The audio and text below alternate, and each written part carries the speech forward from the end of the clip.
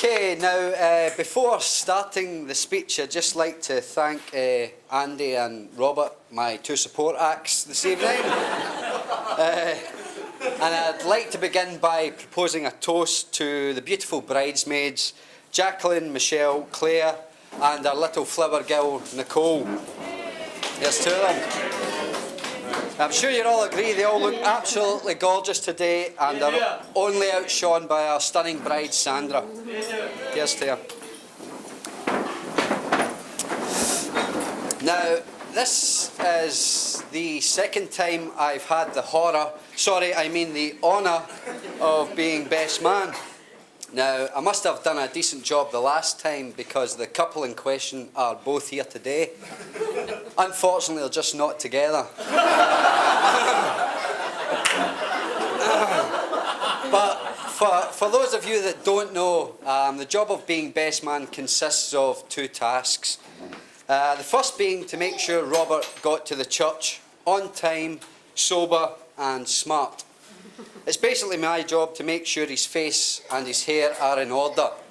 Basically, I've just done the best with what I've had to work with. Now, the second and most important task is taking a couple of minutes to assassinate Robert's character. So, without further ado,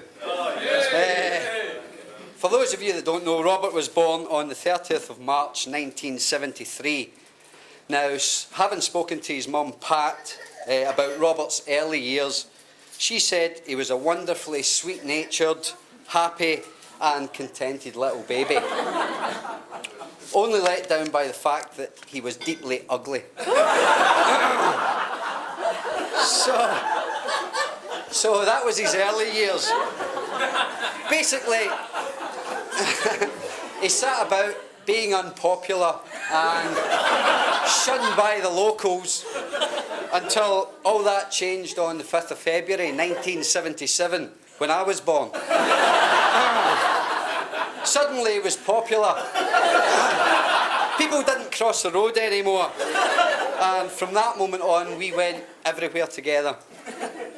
Now, the thing I loved about Robert's family, his mum Pat, his dad Alex and his big sister Karen, is that they always made you feel really welcome, part of the family, especially Karen, whom after beating Robert up would always beat me up as well.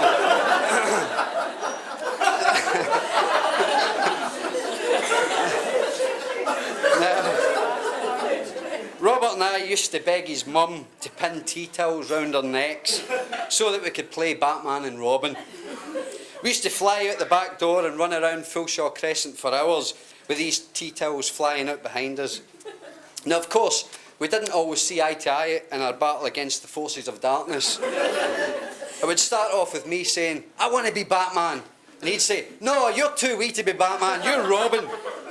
And this would usually end up with him calling me stupid and me calling him lanky. And then we'd both run off greeting to our mammies. But the next day, without fail, sure enough, he'd drop me an email from his work and everything would be okay.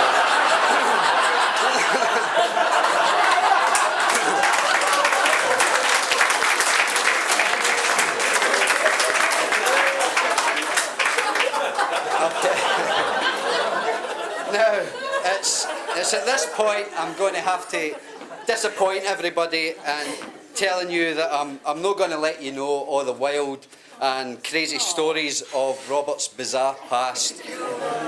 And it's not because of the huge bribe that Robert gave me. You don't know I'm coming to Mexico with you and Robert, do you, Sandra?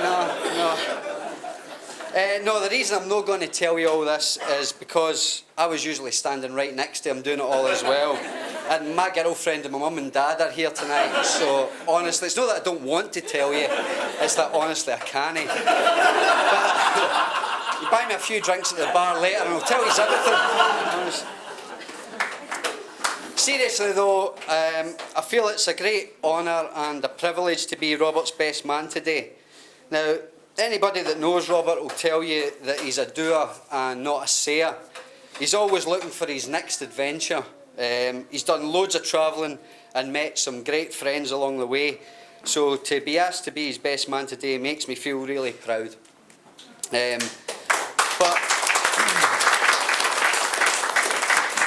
But can I just say to you, Sandra, that having known Robert for all these years, I can honestly say this is the happiest and most settled he's ever been. Now, it's impossible for me to summarise the years I've known Robert, so I'd just like to say that he's been the best anyone could have hoped for in a friend. And I've always been able to go to him for support in dark hours.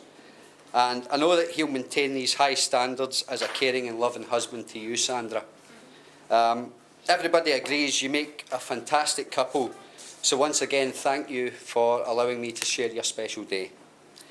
So, ladies and gentlemen, it gives me immense pleasure, not to mention immense relief, to invite you all to be upstanding and raise your glasses in a toast to Robert and Sandra, the new Mrs. and Mr. Smith.